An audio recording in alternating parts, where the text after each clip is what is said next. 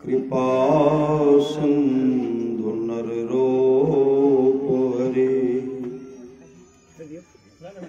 महामोहतम कुंज जासु बचन रवि करन करो धन्य धन्य सतगुरु सुखदास महिमा कही न जाए जो कुछ कहो तुम्हारी कृपा मोते कछु न बसाए। अव्यक्त रूप में प्रातः स्मरणीय अनंत श्री वैभव सिद्धे परम पूज्यपाद सदगुरु महाराज के चरणों में कोटि कोटि नमन। विशिष्ट गुरुजन उपस्थित सत्संग प्रेमी महानुभावों, माताओं एवं बहनों, सभी कंदर में बैठे हुए परमात्मा को कोटि कोटि नमन। संत महात्मा लोग कहते हैं मनुष्य जीवन की सफलता भगवत प्राप्ति में है। यह तन बार बार मिलने को नहीं है, इसलिए आगे की यात्रा के लिए अभी से भगवत भजन रूपी धन संग्रह करो। रामचरितमानस सार सटिक सप्तम सोपान उत्तरकांड माया है।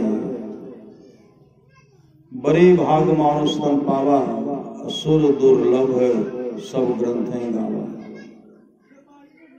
साधन धाम मोक्ष कर द्वारा पाए निज परलोक सवारा।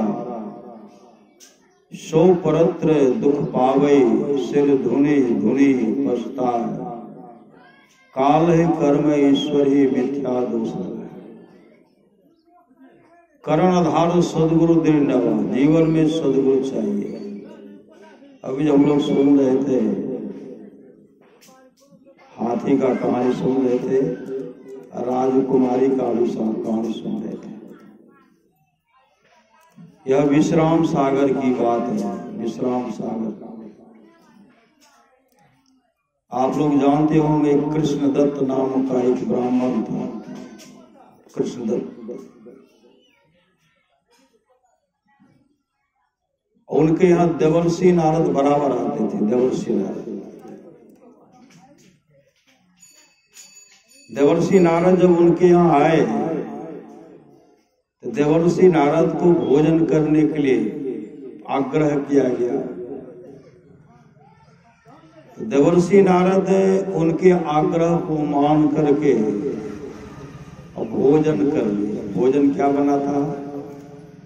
भात बना था, कढ़ी बड़ी फुलौरी जो कहते हैं, श्री सदगुरु यही बना था। देवर्षि नारद भोजन कर लिए। अब भोजन करने के बाद देवर्षि नारद ब्राह्मणी से कहते हैं, आप भजन भेद लिए हैं कि नहीं? दीक्षा लिए हैं कि नहीं? तो ब्राह्मण कहते हम तो भजन भेद नहीं लिए, दीक्षा नहीं लिए। तो देवर्षि नारद कहते अब तो हमको नरक में जाना पड़ेगा। अब हमको कहाँ जाना पड़ेगा? नरक में जाना पड़ेगा, क्योंकि आपका हाथ अपवित्र है। आपके जीवन में सदगुरु नहीं है, आप भजन भेद नहीं लिए हैं। आपका हाथ का जो भी भोजन है, जो भी है, वो पवित्र हो गया। उसके लिए हमको नरक में जाना पड़ेगा। नरक में उसी समय एक लोटा पानी मंगाया। अब पानी लेकर के पानी पी लिए, फिर पानी पीते। आगे वहां से गए और दोनों उंगली को कंठ के भीतर करते। जो भी कड़ी बड़ी भात खाए थे सब बमन कर दिया। वमन कर दिए, एक भी अनाज का कण अपने अंदर में नहीं रखे। ब्राह्मण ब्राह्मणी कहने लगे कि हम तो बहुत अच्छा ढंग से बनाए थे, अच्छा ढंग से भोजन बनाए थे, उसको आप वमन कर दिए। देवर्षि नारद कहते अच्छा ढंग से तो बनाए, लेकिन आपके जीवन में सदगुरु नहीं है, सदगुरु नहीं है, उसके चलते हमको नरक में जाना पड़ेगा। जीवन में गुरु धारण करना चाहिए। तो ब्राह्मणी कहने लगी कि हमको भजन भेद दे दीजिए, दीक्षा दे दीजिए। ब्राह्मणी तैयार हो गए। ब्राह्मणी अपने पति देव से कहते तो ब्राह्मण भी, कृष्णदत्त ब्राह्मण भी तैयार हो गए, हम भी लेंगे। पत्नी फूल तोड़ करके माला बना करके तैयार है। अब पति पूछने के लिए गए, गांव में गए, कुछ पंडित के पास गए, आज हम भजन, इस खुशी में गए आज हम भजन भेद ले ले, दीक्षा ले ले। गए तो खुशी से इस बात को रखे कि और कोई ले लेंगे, लेकिन वह क्या कहते हैं, आप ब्राह्मण होकर के खरमास में भजन भेद लीजिएगा, अच्छा मुहूर्त नहीं मत लीजिए। श्री सदगुरु, अच्छा मुहूर्त नहीं है, भजन भेद मत लीजिए। वहां साहे अपने पत्नी को भी कहते मत लो, अभी खरमास चलना। श्री सदगुरु, अभी अच्छा मुहूर्त नहीं है, मत लो। लेकिन पंडितायन कहने लगी मैं तो भजन भेद दीक्षा लूंगी। दीक्षा ले लिए। अब पंडित जी खरमास के चलते फिसल गए, मतलब चुक गए। और कुछ दिन के बाद दोनों की मृत्यु हुई। श्री सदगुरु, ब्राह्मणी की मृत्यु हुई, राजा के घर में राजकुमारी बनकर के जन्म हुई। अब ब्राह्मण का शरीर छोटा तो वह भी राजा के हाथी बन करके राजा के घर में हाथी बन गए। धीरे धीरे बड़ा हुआ। राजा हाथी को पूर्व जन्म का जो था संस्कार, कुछ ऐसा संस्कार था, याद था कि ये मेरी राजकुमारी मेरी धर्म पत्नी है। ये भजन भेद लिए थे, राजा के यहाँ राजकुमारी बनकर के आए। हम जो नहीं लिए तो हम हाथी बन गए। अब हाथी जब भोजन नहीं करते, श्री सतगुरु भोजन करते ही नहीं, तो राजकुमारी आकर के अपने हाथ से बराबर उनको भोजन कराती, बराबर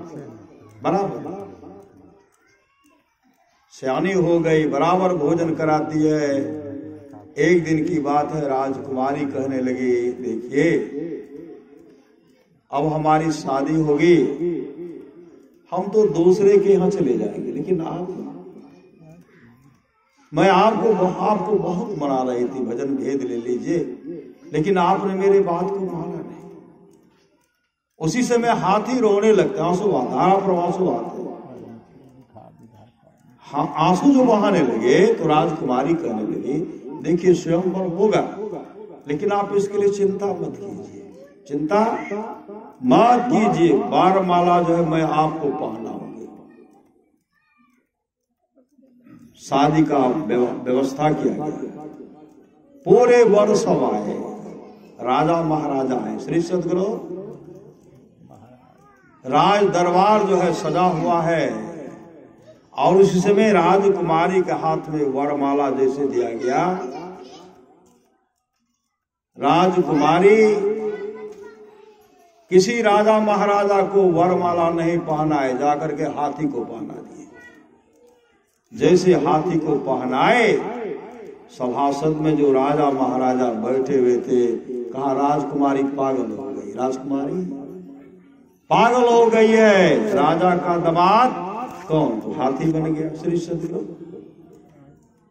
का भूल गई, फिर से देते थे, फिर उसी को पहना है, कई बार उसी को पहना है, कहा फिर से स्वयं होगा वरमाला।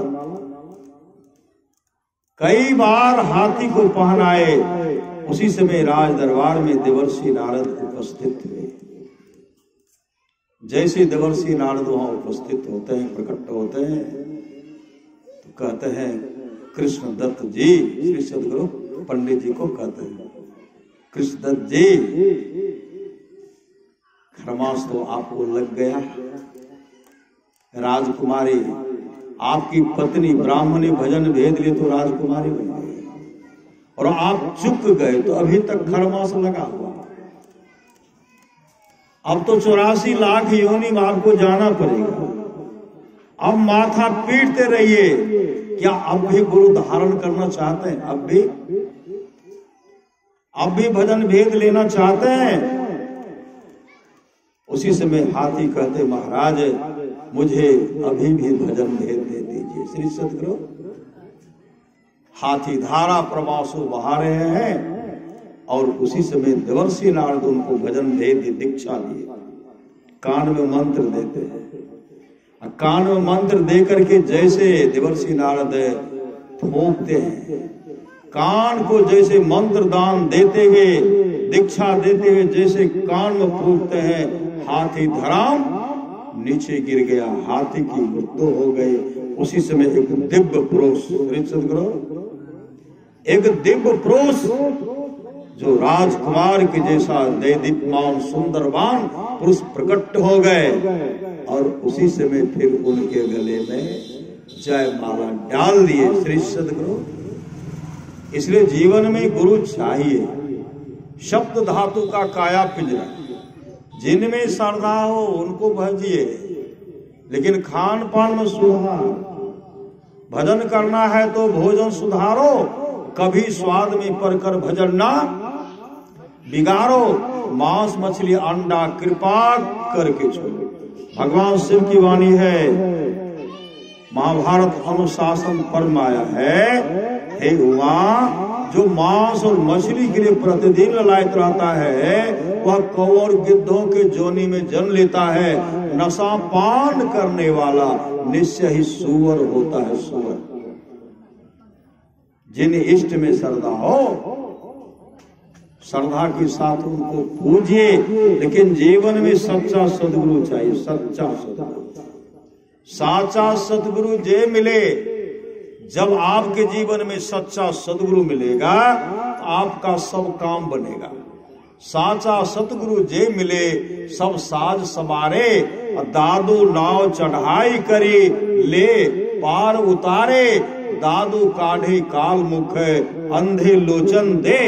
दादू ऐसा गुरु मिलिया, जीव ब्रह्म करी ले। अगर सामर्थ्यवान सदगुरु मिलता है तो जीव से ब्रह्म, ब्रह्म से परमात्मा बना देते। कौन बना देते हैं?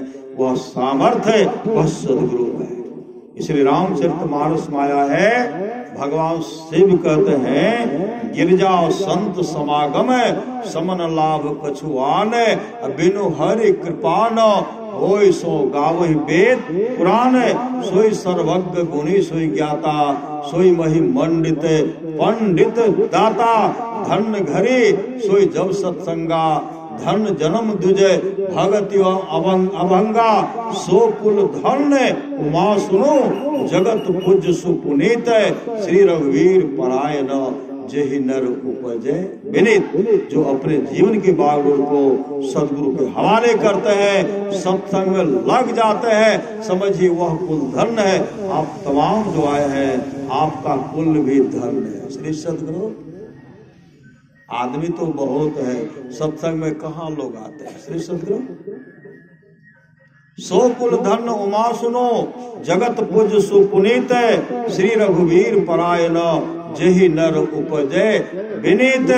गुरु पर राम कथा के ते अधिकारी, जिनके सत्संगति अति प्यारी। गुरुपद प्रीति नीति रत जेई, द्विज सेवक अधिकारी देई। अति हरि कृपा जाहि पर होई, पाँव दे यही मार्ग सोई। जिन पर हरि की कृपा, जिन पर परमात्मा कृपा होती है, वही इस रास्ते में चल करके पाँव आगे बढ़ाते हैं और सत्संग स्थल लाते हैं। राम ही सुमेरिये, मतलब गाये राम ही, मतलब गुरु प्रदत्त मंत्र जो है, गुरु के द्वारा जो मंत्र मिला है उस मंत्र को हमेशा जपिए। राम ही सुमिरिए गाये राम ही, संतत सुनिए राम गुण ग्राम। आप लोग जानते होंगे, एक संस्मरण सच्ची घटना है। एक भक्त था, संत कहिए,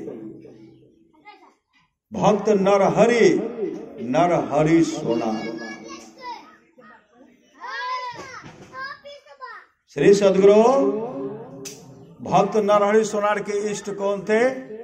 उनके इष्ट थे भगवान शिव। वो महादेव जी को हमेशा भजते रहते थे। अगर कोई उनके सामने में कह देते थे राम, तो कान बंद कर लेते थे। विष्णु तो कान बंद कर लेते थे। कृष्ण तो कान बंद कर लेते, मतलब कि मेरे इष्ट शिव हैं, मैं शिव का ही दर्शन करूंगा। हमेशा शिव जी का दर्शन करते थे, हमेशा शिव मंत्र का जाप करते थे। उसी गांव के बगल में और एक अच्छे आभूषण भी बनाते थे। नरहरि सोनार थे, अच्छे जेवर भी बनाते थे। अच्छा जेवर जो बनाते थे, तो गांव में, उसी गांव में बगल हट करके एक ठाकुरवाड़ी था, मतलब भगवान विष्णु का मंदिर था। मंदिर का व्यवस्थापक एक सेठ जी थे, सेठ जी। तो सेठ जी के मन में हुआ कि भगवान के लिए कमर में, भगवान विष्णु के लिए कमर में और गले में भी आभूषण बनाना, जेवर आभूषण बनाना चाहिए। तो किससे बनाना चाहिए? अच्छा होगा कि भक्त नरहरि सोनार कीमत भी ठीके लेंगे, अच्छा पवित्र ढंग से बनाएंगे, क्योंकि भगवान शिव का भक्त है, अच्छा ढंग से बना देंगे। तो शेर जी इनके पास आए और इससे आग्रह करते हैं, नरहरि जी। तो नरहरि जी कहते हैं, हाँ आइए शेर जी, कहिए क्या बात है। तो शेर जी कहते, देखिए हमको भगवान के लिए आभूषण कमर में और गला में भी आभूषण बनाना है। एक आभूषण अच्छा ढंग का बना दीजिए जो देखने में बहुत सुंदर लगे। उसी समय नरहरि सोनार कहते, देखिए मेरे इष्ट तो भगवान शिव है, हम किसी दूसरे को नहीं मानते हैं।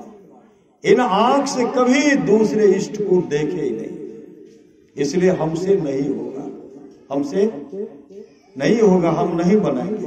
तो शेर जी आग्रह करते, देखिए अरे आप भगवान शिव को मानते हैं, हम लोग भगवान विष्णु को मानते हैं, लेकिन आप तो स्वर्णकार भी है ना, आपके पास तो कोई भी आएंगे तो आप उनको आभूषण बना दीजिएगा।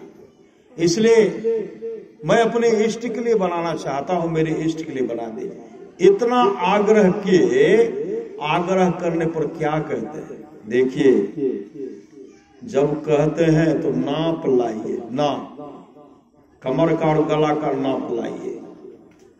तो शेर जी कमर और गला का नाप ला करके यहां दिए, और जैसे नाप ला करके बना कर दिए, नाप करके नरहरि जब बनाते, नरहरि जी बनाते एक समय मुहूर्त, सुंदर मुहूर्त था, जिस मुहूर्त में भगवान को वह कमर और गला में आभूषण पहनाया जाता, आए लेने के लिए नाप के अनुसार बना दिए। और जब लेकर के गए भगवान विष्णु के मंदिर, जब शेर जी प्रवेश करते हैं और जब उनको पहनाते हैं, एक बित्ता बड़ा हो गया, एक बित्ता बड़ा। एक बित्ता जब बड़ा हो गया तो और सब जो थे, जो भक्त नरहरि जी के विरोधी थे, शेर जी से कहते, कहाँ गए थे, किनसे बनवाए? कहा संत नरहरि सोनार से बनाए। तो विरोधी क्या कहते, वो अच्छा बना करके थोड़े देंगे, वो तो भगवान शिव को मानते हैं, भगवान विष्णु का थोड़े बना करके देंगे। शेर जी के मन में हो गया, सही है कि सही ठीक ढंग से नहीं बनाया है। आए आवेश में आकर के कहते, नरहरि जी आपको तो नाप के दिए थे, लेकिन एक बित्ता बड़ा क्यों बना दिए? अच्छा नहीं किए, उससे कुछ बोलने लगे। नरहरि जी कहते थे आप नाप लाइए, तो फिर नाप ला करके जो नाप दिए थे, जब नापते हैं वो तो बराबर है का, जो नाप दिए उन्हीं के अनुसार न है, बराबर है। फिर गले पहना है तो एक बित्ता बड़ा हो गया। सही सदगुरु, एक बित्ता बड़ा, कहते फिर बड़ा हो गया, कहा नाप दीजिए, नाप लाते हैं तो बराबर है, तब कहते एक बित्ता इसको छोटा कर दीजिए। सामने में एक बित्ता छोटा करवाए और जब पहनाने के लिए गए तो फिर एक बित्ता बड़ा हो गया। अब तो सब आग बबूला, सब बिगड़ उठे।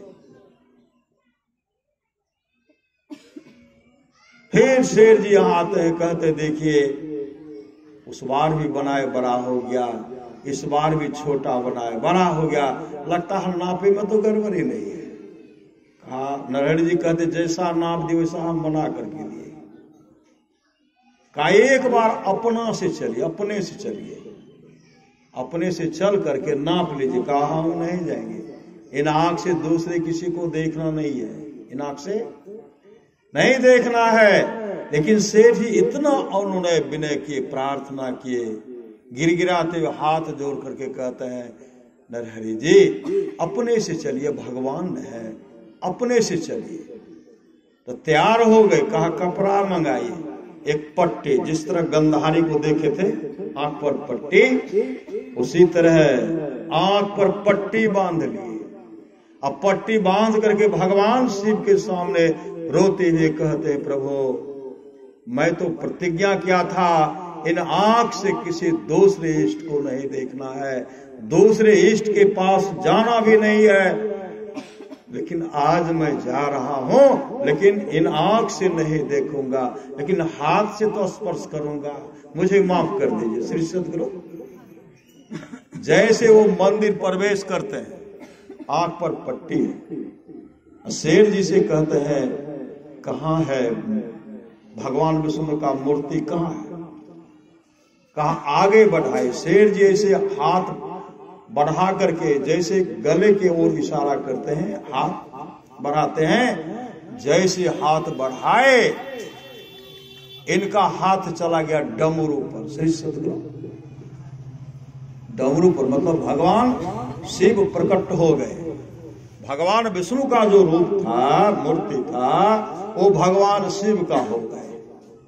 जैसे हाथ देते हैं तो डमरू पर, फिर आगे हाथ बढ़ाते हैं तो गले में नाग का माला है, नाग पर चला गया, फिर हाथ बढ़ाते हैं तो त्रिशूल पर चला गया।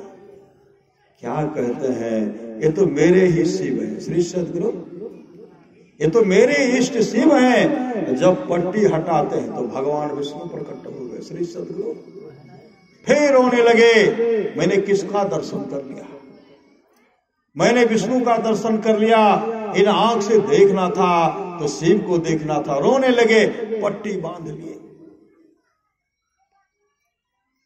पट्टी जैसे बांधते हैं, रोने बिलक बिलक करके रोने लगे, और रो करके जब निकलने लगे तो सेठ जी कहते हैं नरहरि जी नाप तो कर लीजिए।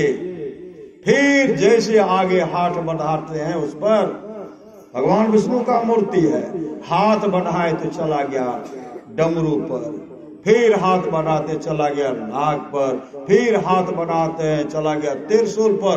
ऐसा कई बार हुआ। बिलख बिलख करके जब रोने लगे, अंतिम बार में भी जैसे हाथ गया डमरू पर, नाग पर, त्रिशूल पर, कहते तो मेरे ही इष्ट है। जब पट्टी हटाते हैं तो भगवान शिव का दर्शन उनको हुआ। श्री सदगुरु भगवान शिव का जैसे दर्शन हुआ तब कहते तो मेरे ही शिव हैं। उसी समय वो शिव भगवान विष्णु के रूप में हो गए। कहते तो विष्णु हो गए, फिर शिव के रूप में आते, कहते मेरे शिव हैं। उसी समय कहते हैं जैसे भगवान शिव प्रकट होते हुए कहते हैं नरहरि मैं साक्षात शिव ही विष्णु हूँ, जैसे भगवान विष्णु प्रकट होते हैं, कहते नरहरि मैं साक्षात विष्णु शिव हूं। फिर शिव का, फिर विष्णु का दर्शन होता है, मैं साक्षात शिव विष्णु हूं, मैं साक्षात विष्णु शिव हूं।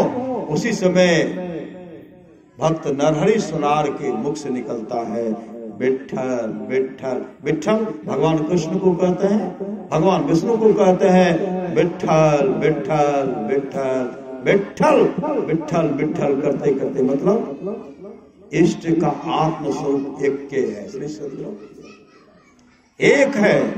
हम लोग पढ़ते हैं अव्यक्त नादि अनंत जय अज आदि मूल परमात्म जो ध्वनि प्रथम स्फोटित पराधरा, जिनसे कहिए स्फोट है सो स्फोट वही, उपगीत वही, ब्रह्मनाद शब्द ब्रह्म ओम वही, अति मधुर प्रणव धुन धार वही है, परमात्म प्रत्येक वही, प्रभु का ध्वन्यात्मक नाम वही है, सार शब्द सत शब्द वही है, सत्य चेतन अव्यक्त वही, व्यक्तों में व्यापक नाम वही है, सर्व व्यापने ध्वनि राम वही, सर्व कर्षक हरि कृष्ण नाम वही है, परम प्रचंडनी शक्ति वही है, शिव शंकर हर नाम वही, पुनि राम नाम है अगुण वही है, अकथ गम पूर्ण काम वही, स्वर व्यंजन रहित अघोष वही, चेतन ध्वनि सिंधु अदोष वही है, एक ओम सतनाम वही, ऋषि सेवित प्रभु का नाम वही, मुनि सेवित गुरु का नाम वही, भजो ओम ओम प्रभु नाम यही, भजो ओम ओम में ही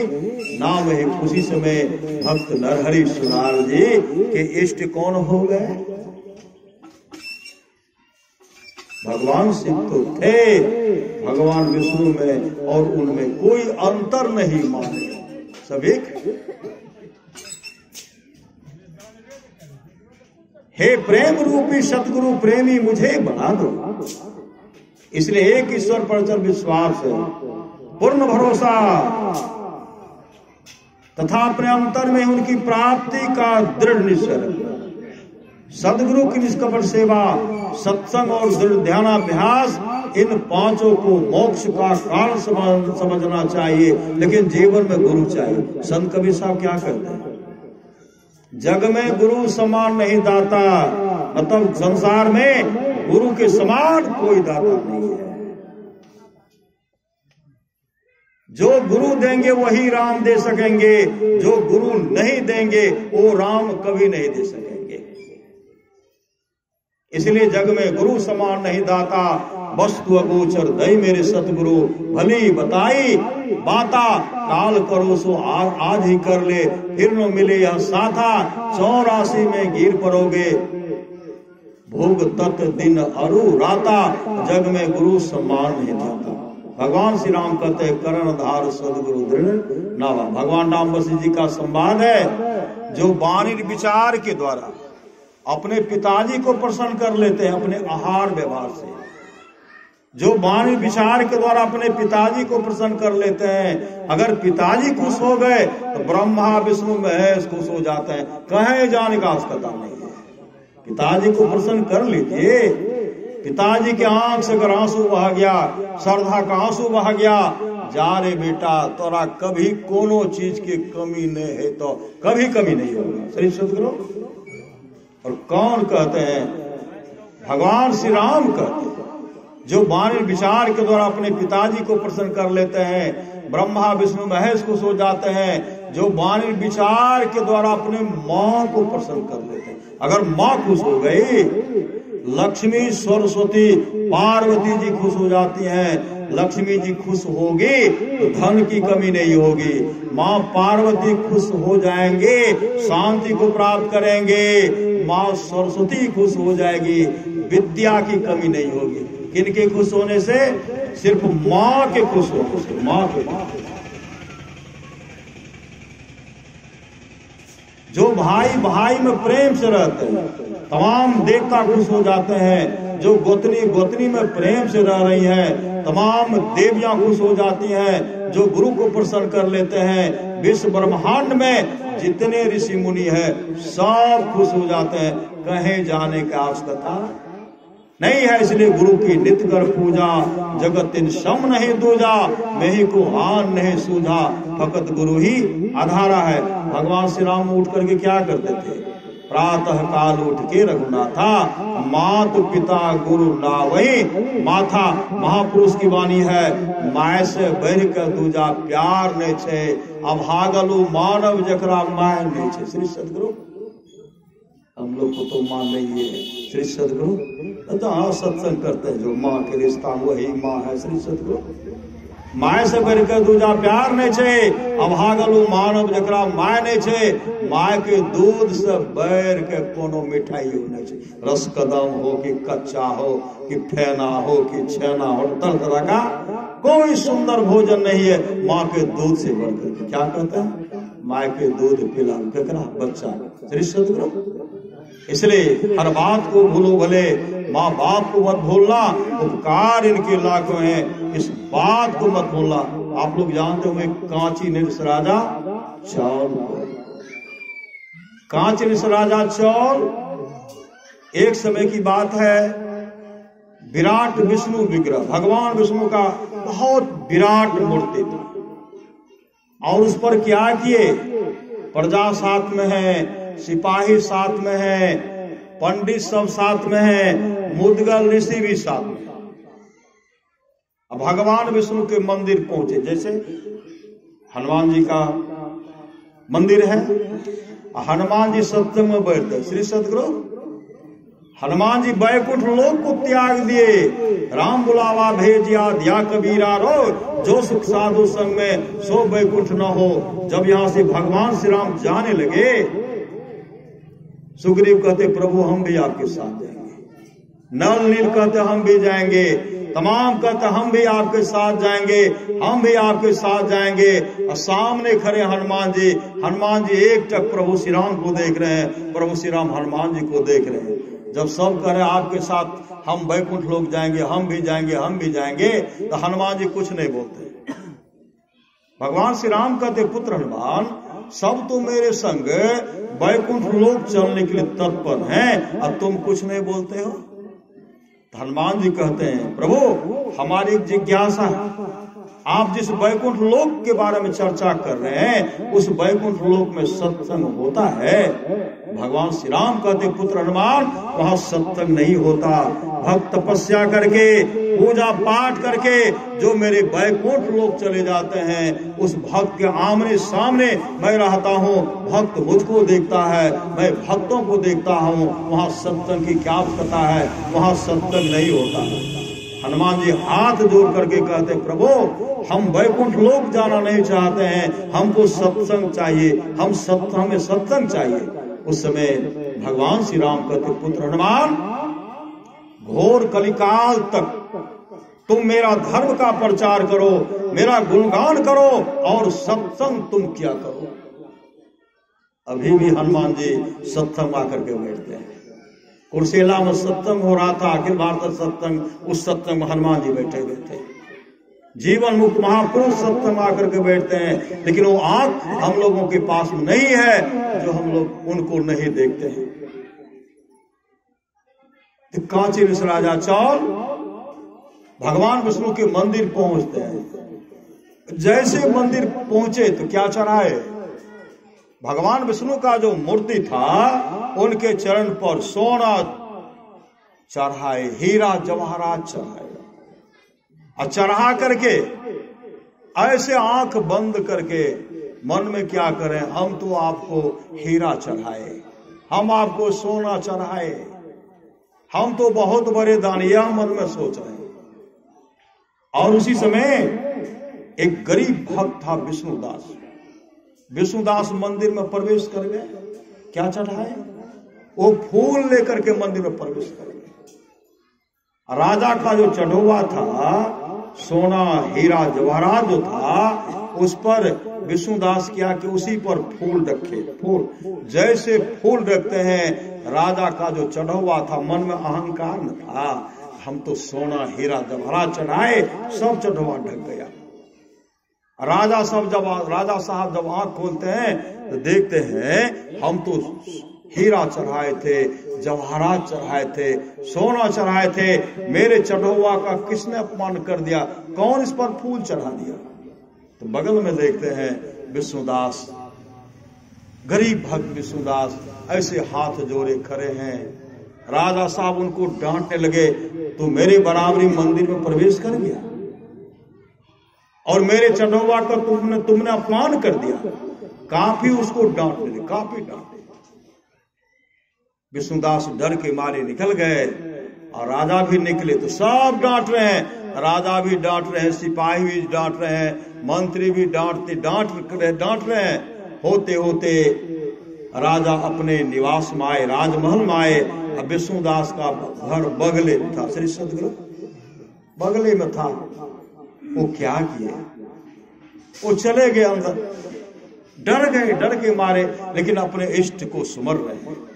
परमाराष्ट्र महाराज की वाणी है, गुरु धन्य है, गुरु धन्य है, गुरु धन्य है दाता दयाल, दया करें अवगुण हरें, दे टाल भजन जाल है, सब मिल को जब ते रहो जी, बने रहो खुशहाल, हरदम रटो कब हो न हटो, तो ही छेड़ेगा न काल।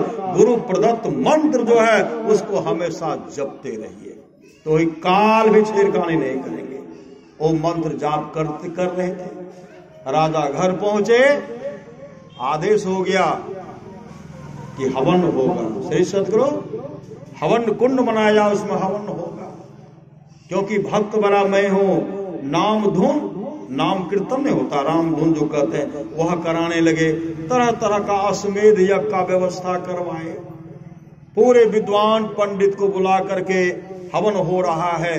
लेकिन विष्णुदास विचार करते हैं, राजा के पास ये व्यवस्था है तो भगवान को खुश करने के लिए चढ़ाते हैं, हम भी अपने भगवान को चढ़ाएंगे। क्या चढ़ाएंगे? उनके पास क्या था? उनके पास गेहूं का आटा था। श्री सदगुरु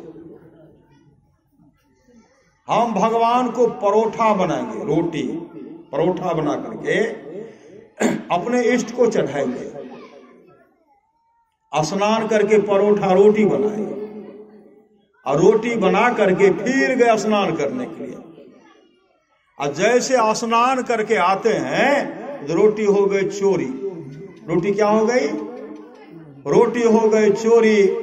विष्णुदास कहते हैं हम अपने इष्ट को रोटी भी नहीं चढ़ा पाए, किसने मेरी रोटी चोरी कर ली। फिर दूसरे दिन बनाऊंगा, दूसरे दिन स्नान करके बनाए और फिर स्नान करने के लिए रोटी हो गई चोरी। एवं प्रकार से छठे दिन तक रोटी चोरी हो गई। फिर सातवें दिन स्नान करके रोटी बनाए, फिर स्नान करने के लिए अंतः प्रेरणा हुई और कहते हैं विष्णुदास अरे रोटी बनाते हो, तुम्हारी रोटी चोरी हो जाती है, कब तक रोटी बनाते रहोगे? अरे चोर को भी तो पकड़ना है, चोर को कब पकड़ोगे? स्नान छोड़ो, वापस जाओ और चोर को पकड़ो। जैसे वापस आए तो देखते हैं एक दिन ही अस्थि पंजर सटा हुआ है, काला कलोटा है, मुंह में स्याही पड़ा हुआ है, पांव में विवाद फटा हुआ है, उसके हाथ में रोटी है। जैसे इनको देखते रोटी लेकर के भागे। विष्णुदास कहते आखिर में चोर पकड़ा ही गया। जैसे कहते चोर पकड़ा गया, रोटी लेकर के भागने लगे। विष्णुदास क्या करते, घी का कटोरा लिए, घी का कटोरा लेकर के पीछे पीछे दौड़ लगाते हुए कहते हैं अतिथियों रुको, सूखा मत खाओ, घी तो लगा करके खाओ। घी का कटोरा लेकर जो पीछे पीछे दौड़ लगा रहे थे, उनको पकड़ करके खिलाने के लिए, घी रोटी को घी मिला खिलाने के लिए, वह दीनहीन फिसल करके गिर गया। अब फिसल करके गिर गया, एक हाथ जमीन पर है और दूसरा हाथ जिसमें रोटी हाथ ऊपरे है। तब तक विष्णुदास पहुंचे, उनके हाथ से रोटी लिए, घी के कटोरा में डुबा करके जैसे ठोस ठोस करके खिलाते हैं, खा लिए। उसी समय जमीन पर क्या देखते, शंख चक्र गदा पद्म रखा हुआ, वह दूसरा कोई नहीं था, भगवान विष्णु थे। 7 दिन तक भगवान विष्णु उनका रोटी आकर के खाए और भगवान विष्णु प्रकट हो गए। अब प्रकट होते हुए विष्णुदास को हृदय से लगाए।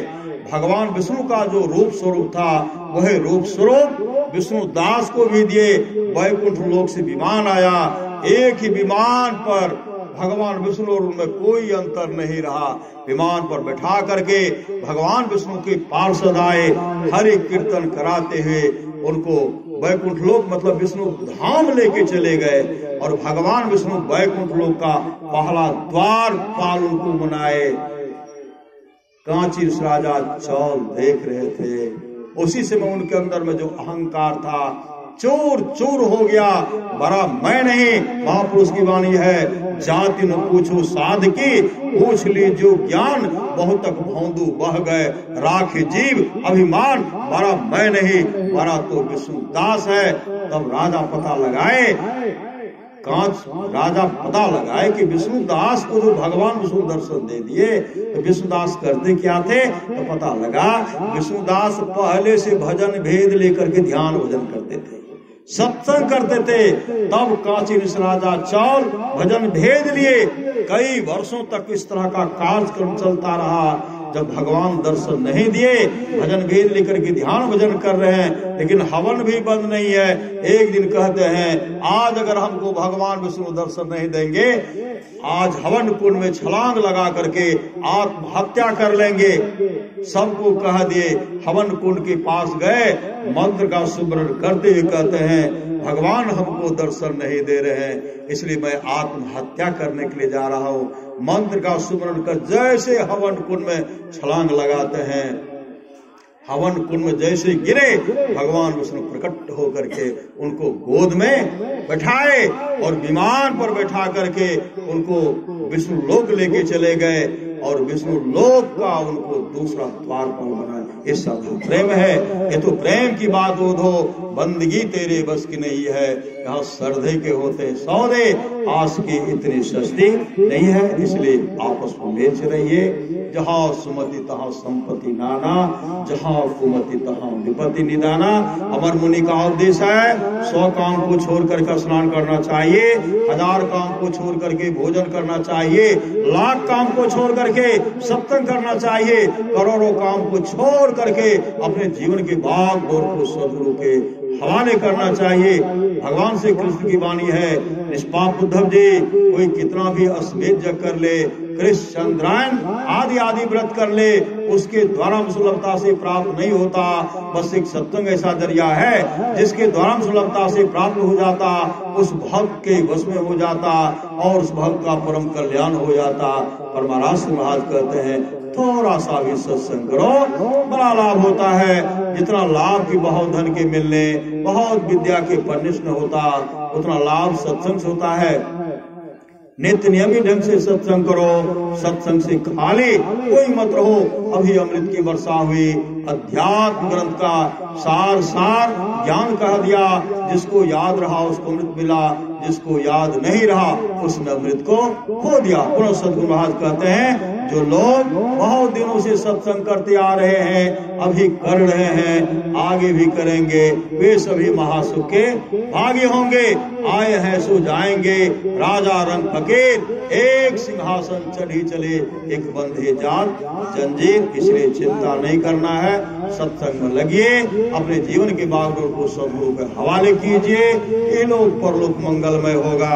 बोलिए प्रेम से श्री सदगुरु महाराज की जय। हमको आगे कहीं बैठ करके आज सुनेंगे, लेकिन कुछ बोलना पड़ा। श्री सदगुरु महाराज की जय। हाँ दियो हाँ दियो उन्हें भाग ले लीचा में भाग सकते।